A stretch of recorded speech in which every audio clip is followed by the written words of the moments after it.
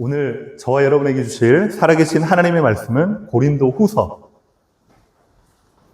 5장 17절에서 19절 말씀입니다. 우리 세 절 같이 한 목소리로 하나님의 말씀으로 여러분 마음에 받으시길 바라고 같이 합독하겠습니다. 시작. 그런즉 누구든지 그리스도 안에 있으면 새로운 피조물이라 이전 것은 지나갔으니 보라 새 것이 되었도다.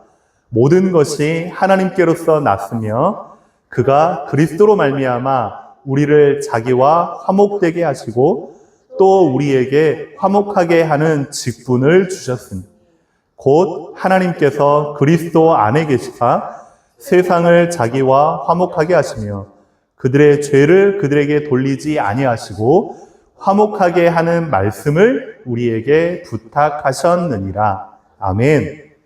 오늘 말씀의 제목은 born again. 한번 따라할까요? born again. 한 번 더 born again. 무슨 뜻일까요? 다시 태어나다, 거듭나다, 하나님 안에서 새롭게 되어지다. 그래서 저와 여러분들이 정말로 오늘 이미 그리스도를 나의 주인으로, 구세주로, 구원자로 영접한 순간 하나님의 자녀가 되고 천국의 백성이 됐단 말이죠. 하지만 오늘 다시금 하나님 앞에서 말씀 가운데 새롭게 태어나는 그런 귀한 시간 되기를 주님의 이름으로 기도합니다. 2024년 7월 4일, 그러니까 지금으로부터 약 1년 전이죠.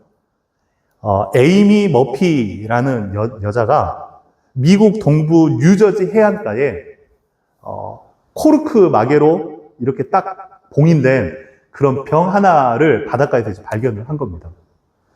발견을 했는데 그 안에 보니까 이제 종이 쪽지 같은 게 이제 들어 있는 거죠. 그래서 뭐지? 해가지고 그걸 들고서 이제 집으로 돌아와서 이제 코르크 마개를 똥 하고 따고 그 안에 있는 쪽지를 갖다 꺼낸 거예요. 쪽지를 꺼냈는데 보니까 이제 편지라. 편지인데 그대로 글자가 적혀 있고 맨 아래에 이제 연도가 써져 있는데 몇 년도로 써져 있냐면 1876년. 그러니까 발견한 그때로부터 148년 전에 그 편지가 코르크 마개 그거 하나 때문에 그게 그대로 보존이 되어 있었던 거예요. 그래서 그게 지금 병 속에 담긴 그 물체 그리고 어떤 편지 그것에 가장 오래된 걸로 기네스북에 이제 등재가 되어 있는 겁니다. 근데 그 코르크 안에 딱 막혀 있는데 그 안에 있는 이제 종이 쪽지죠. 편지가 하나도 뭐 찢어지거나 아니면 오래됐다고 해가지고 사가가지고 막 가루처럼 그렇게 되지 않고 그대로 이제 보존이 되어 있는 거죠. 그러니까 보통 바닷물이요 얼마나 센지 몰라요. 그리고 얼마나 독한지 몰라요. 바닷물이 절벽을 갖다가요 계속 치잖아요. 그럼 절벽이요 돌이 사가요. 바닷물이요 그렇게 계속 치잖아요. 그럼 그 안에 사람이 바닷물을 갖다 마시잖아요. 그러면 얼마 못해요 죽어요. 그렇게 독한데 그 병 속에 코르크 마개 그 하나 딱 막혀 있다고 148년 동안 그 내용물이 찢어지거나 삭히지 않았다. 어디 안에 담겨 있느냐? 그것 때문에요. 그 안에 있는 내용물이요 그대로 보존이 되어 있었던 겁니다. 이 저와 여러분은 누구 안에 있느냐? 그리스도 안에 있는 줄로 믿습니다. 아멘? 그리스도 안에 있으면 코르크 마개 속에 병 속에 담겨 있었던 편지처럼 그 어떠한 비바람, 그 어떠한 어려움, 그 어떠한 여러분을 끊임없이 공격하는 수많은 갈등 속에서도 하나님께서 여러분을 지키시고 붙드실 줄로 확신합니다. 아멘? 그래서요 바울 사도가 가장 많이 사용했던 성경의 신약 27권 중에 14권을 하나님의 가마로 성경으로 기록을 했잖아요. 그 바울 사도가 가장 많이 썼던 단어가 뭐냐면 그리스도 안에서라는 표현입니다. 오늘도 17절에 보니까 그런즉 누구든지 그리스도 안에 있으면 새로운 피조물이다. 바울이 가장 많이 쓴 구절이 그리스도 안에서라는 제목인데 몇 번을 썼느냐면 신약에 83번을 썼어요. 그리고 주 안에서라는 표현을 59번을 썼어요. 그리고 하나님 안에서라는 표현을요 43번을 썼어요. 그만큼 바울이 성도들을 향해 그 당시에 소아시아 교회를 향해서 가장 강조하고 본 것이 복음, 그 복음도 그리스도 안에서 여러분이 행할 때에 하나님이 여러분을 지키시고 붙드시고 인도하시고 천국까지 함께 하신다. 그 이야기를 바울이 계속했던 겁니다. 그걸 헬라어로 말하면 엔토 크리스토. 한번 따라할까요? 시작. 엔토 크리스토. 원래 원어 이게요 그리스도 안에서라는 말입니다. 이 이야기를요 바울이 그 소아시아의 교회들에게 계속 그리스도 안에서, 주 안에서, 하나님 안에서. 코르그 마개 속에 있는 그 내용물이 148년 동안도 이제 변질되지 않고 그대로 보존되어 있었던 건 그 안에 딱 담겨 있었기 때문에 여러분의 인생이요 많은 사건도 문제도 갈등도 또 만남도 있겠죠. 그 가운데서 여러분의 인생이 누구 안에 있으면 되냐? 그리스도 안에 있으면 하나님이 여러분의 인생을 끝까지 인도하시고 책임지실 것이다. 아멘? 그래서요, 나를 이기고, 그리고 나를 넘어서고, 그리고 현실의 수많은 것을 넘어설 수 있는 최고의 키워드는 뭐냐면, 하나님이 나와 함께 하시는 임마누엘이다. 아멘? 그래서 여러분들이요, 이번 한 주 동안도 또 그 이야기입니까? 또 그 이야기입니까? 아니요. 평생 여러분이요, 또 붙잡고, 또 기도하고, 또 마음에 담아야 될 것. 임마누엘로 나와 함께하여 주시옵소서. 그리스도께서 나와 함께하사 삶의 모든 여정, 모든 사건, 모든 만남, 모든 일 가운데서 다시금 일어설 수 있도록 승리할 수 있도록 은혜를 부어 주시옵소서. 그게 이제 임마누엘의 축복입니다. 이 바울 사도도 그렇게 83번이나 그렇게 썼던 그리스도 안에서 이 축복이, 이 언약이, 이 말씀이 여러분의 것이 되기를 주님의 이름으로 기도합니다. 그럼 첫 번째로 born again, 우리가 살펴봐야 될 게 17절에 보니까 그리스도 안에 있으면 새로운 피조물이라. 저와 여러분들이요 다시 태어났다 이 말이거든요. born again. 제가 하나님을 인격적으로 정말로 체험하고 하나님이 내 안에 살아계시고 나를 영원토록 인도하시겠구나 라고 체험했던 적이 중학교 3학년, 그것도 여름 수련회. 그 당시에 저기 어떤 폐교에 가가지고 그걸 갖다가 이렇게 교실을 꾸며서 이제 중고등부 이제 수련회를 한 겁니다. 그때 이제 중등부 회장이어가지고 임원들이랑 같이 야 오늘 몇 시부터 몇 시까지 이렇게 이제 아이들 잘 이제 들어가게 하고 또 밥은 몇 시부터 몇 시까지 그리고 또 권사님들 얘기해가지고 또 물 같은 거 이렇게 막 나르고 또 여름이니까 막 얼음 같은 거 이렇게 잘 챙기고 뭐 이 일을 갖다가 잘 한 겁니다. 근데 중요한 건 정작 예배 시간이 돼가지고 말씀 듣는 시간에는 이제 꾸벅꾸벅 조는 거죠. 왜냐면 일을 많이 했으니까. 당연히 몸이 피곤하니까. 근데요, 마지막 이제 세 번째, 3일째 되는 날. 생각해보니까 다른 친구들은 막 하나님 앞에 쫙 막 기도하고 막 눈물을 흘리면서 막 은혜 받고 진짜 막 흥분해가지고 감사하고 막 하는데 임원들은 보니까요, 얼굴이요, 다들 지쳐가지고요, 축 처져 있는 거예요. 이러면 안 되겠다. 그래서 마지막 날은 우리 빨리 준비하고 일하지 말고 맨 앞자리에 가자. 그래서 맨 앞자리에 가가지고 우리가 오늘 밤만큼은 진짜 은혜 받자. 그때 이제 마음의 결단을 한 거죠. 그래서 시작하기 전에 막 찬양하잖아요. 하나님 오늘 진짜 말씀으로 만나 주십시오. 그리고 막 기도하잖아요. 진짜 하나님을 내가 진짜 만나고 싶어.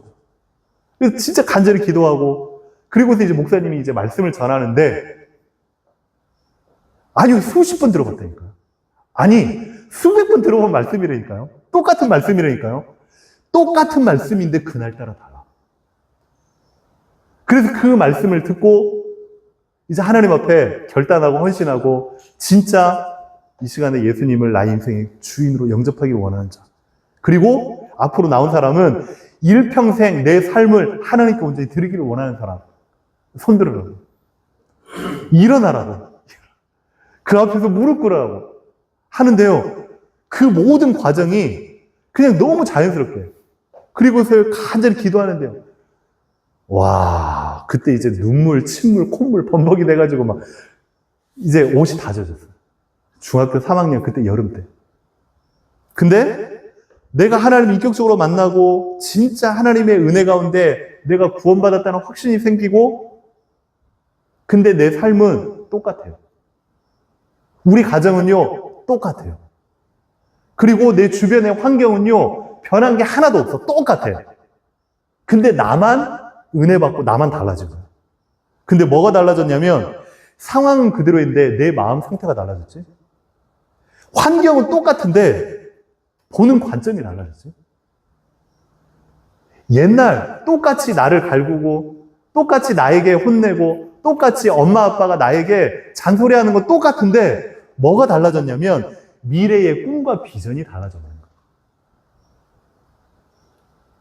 저와 여러분이 다시 태어났다는 말은 결국 이거거든요. 새로운 피조물이 됐다. 저와 여러분이 정말 그리스도 안에 새로운 피조물로 거듭나게 되기를, 그리고 이미 거듭났음을 여러분이 믿음으로 고백하고 확신하게 되기를 주님의 이름으로 축원합니다. 다시 태어났단 말은 내가 태어나기 이전의 삶이 있었을 거 아니에요? 이전과 달라졌다 이 말이거든요. 그 이전에는 어떤 삶이었을까? 이거예요. 에베소서 2장 2절 3절이 우리의 옛 모습, 거듭나기 전의 모습이었어요. 한번 2절 읽어볼까요? 시작. 그때 너희는 그 가운데서 행하여 이 세상 풍조를 따르고 공중의 권세 잡은 자를 따랐으니. 3절 같이 읽겠습니다. 전에는 우리도 다 그 가운데서 우리 육체의 욕심을 따라 지내며 육체와 마음에 원하는 것을 하여. 새로운 피조물이 되기 전, 하나님을 만나기 전에 우리의 모습들, 이전의 모습들이요.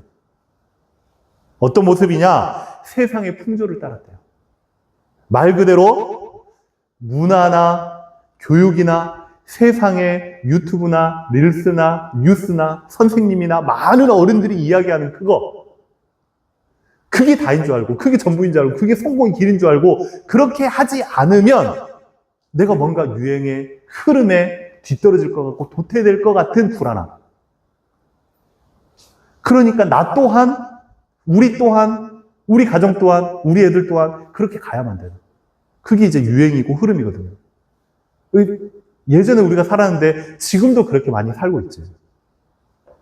그리고 두 번째 보면 공중의 권세 잡은 자를 따랐다.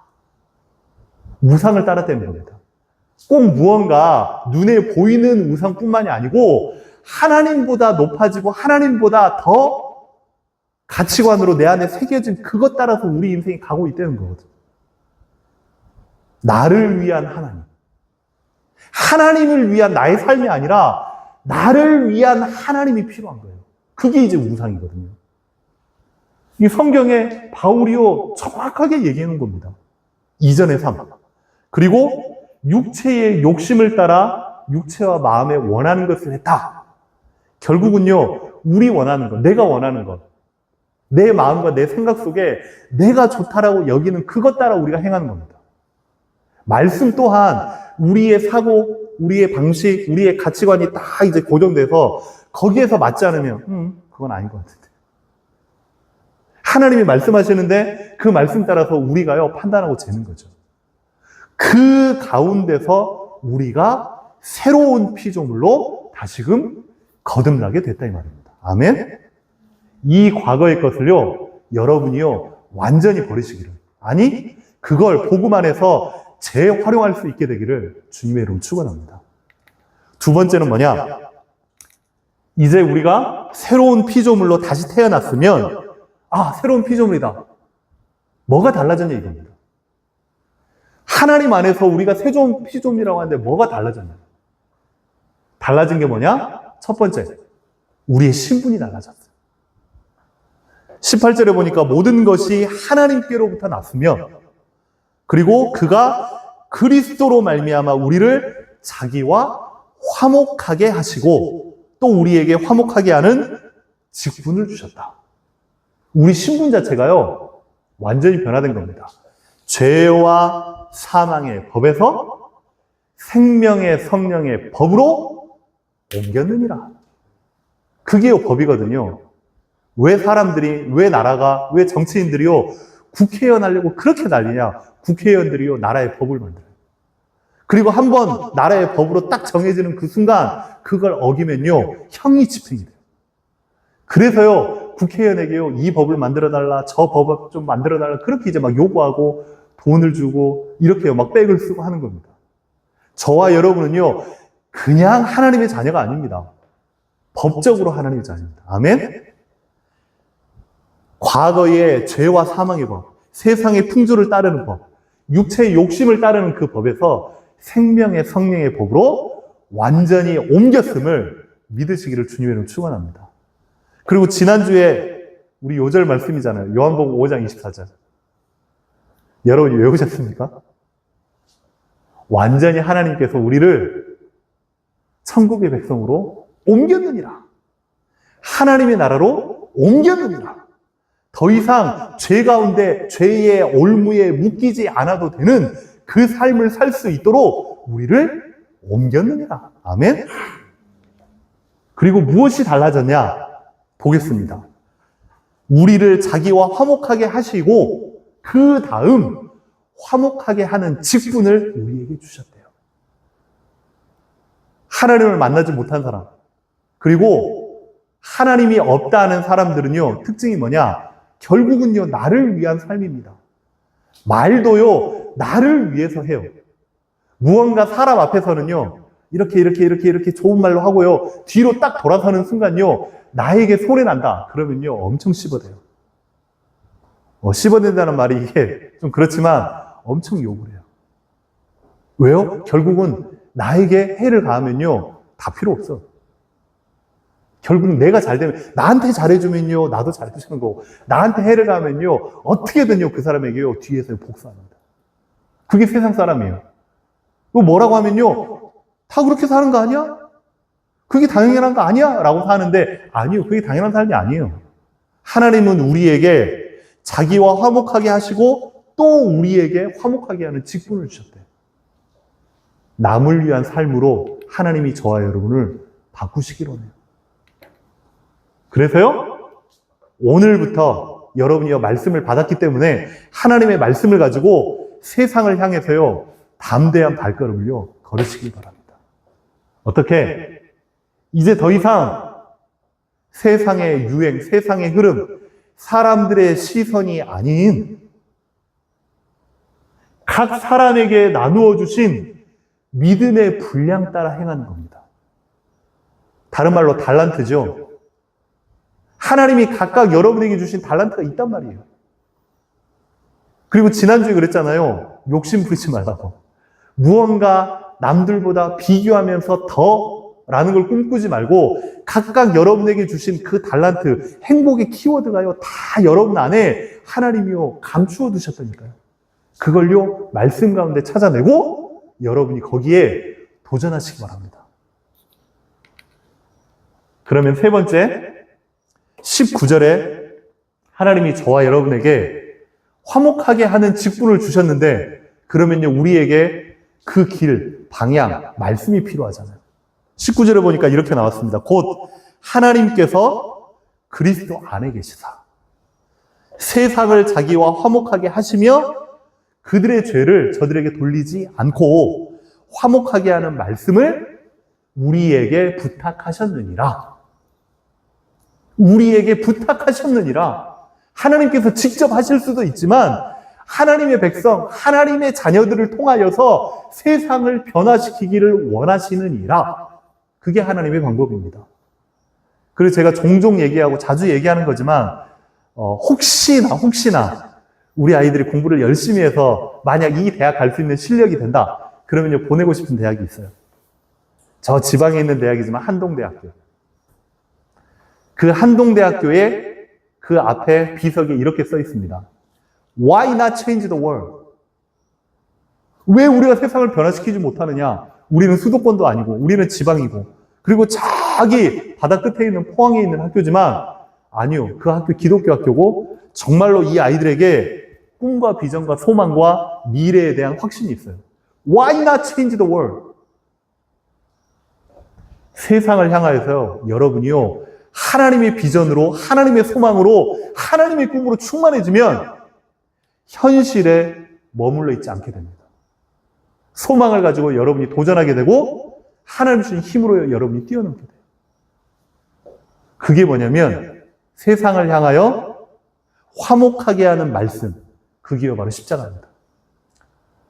나중에 그림으로 제가 말씀드리겠지만요, 그 십자가를 통해서 하나님이 여러분과 만나 주시기를 원하고 그 만난 그 하나님의 사랑을 세상을 향하여 연결하기를 원하십니다. 그게 십자가의 비밀이에요. 결국은요, 세상은 결국 발전한다라고 하지만요, 그 발전이 어떻게 이루어지냐? 갈등을 통해서 이루어져요. 그리고 자꾸만요 분열해요. 국가가 분열하고 지역들이 분열하고 그리고요 학교끼리도 분열하고요 교회마저 분열해요. 그러다 보니까요 관계가 분열이 돼요. 그러한 것들, 그러다 보면 무엇이 쌓이냐? 상처가 쌓이고 미움이 쌓입니다. 과거 이야기하지 마세요. 하나님이 저와 여러분을 통해서 십자가의 비밀을 가지고 세상과 화해하기를 원하십니다. 그러면 십자가의 비밀이 어떤 비밀이냐? 한번 보겠습니다. 하나님께서 오늘 본문에 보면 그리스도 안에서 그리스도를 통하여 우리와 화목하기를 원하셨다.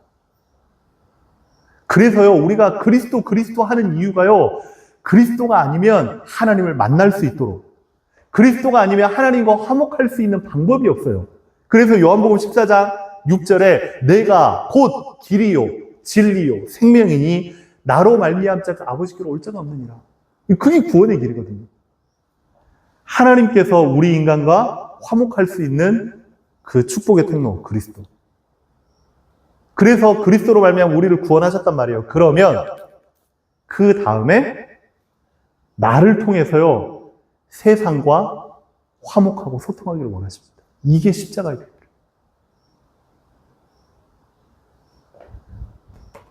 예수님이 드디어 공생애를 시작하셨습니다. 기적도 행하시고 물 위도 걸어가시고 물고기가 갑자기 없는 데서요 153마리가 건져내게 하시고 5,000명도 먹이시는 그 기적들을 보고 사람들이 막 쫓아다녔어요. 근데요 그런 많은 것들을 보면서 바리새인들이나 서기관들이 예수님께 와가지고 야 너가 이렇게 대단한 거 알겠는데 네가 정말로 이 땅을 이 사람들에게 말하고자 하는 게 뭐냐 이거예요. 그때 예수님이 이렇게 이야기합니다. 최고의 계명이 뭐냐? 네 마음과 생각과 중심과 전 삶을 들여서 주 너희 하나님을 사랑하라. 그게 첫 번째 계명이다. 그리고 그 하나님의 사랑을 가지고 내 이웃을 내 몸같이 사랑하라. 이게 너희들이 붙잡아야 될 최고의 계명이다. 저와 여러분을 통해서 하나님이 이 일을 하시기를 원하십니다. 하나님을 사랑하고 이웃을 사랑하고 세상을 향하여서 화해의 통로로 여러분을 세우셨다고, 직분을 주셨다고 오늘 말씀하십니다. 저와 여러분이 이번 한 주 동안요, born again, 하나님 앞에 새롭게 거듭난 인생, 새로운 피조물로 하나님께서 여러분에게 그 축복을 주신 인생. 그러면요, 이제부터는 신분이 변화되고 세상을 향한 화해의 통로로 여러분을 세우셨기 때문에요. 이제 이 말씀을 붙잡고 여러분이요, 하나님 주셨는데 이제 누릴 수 있도록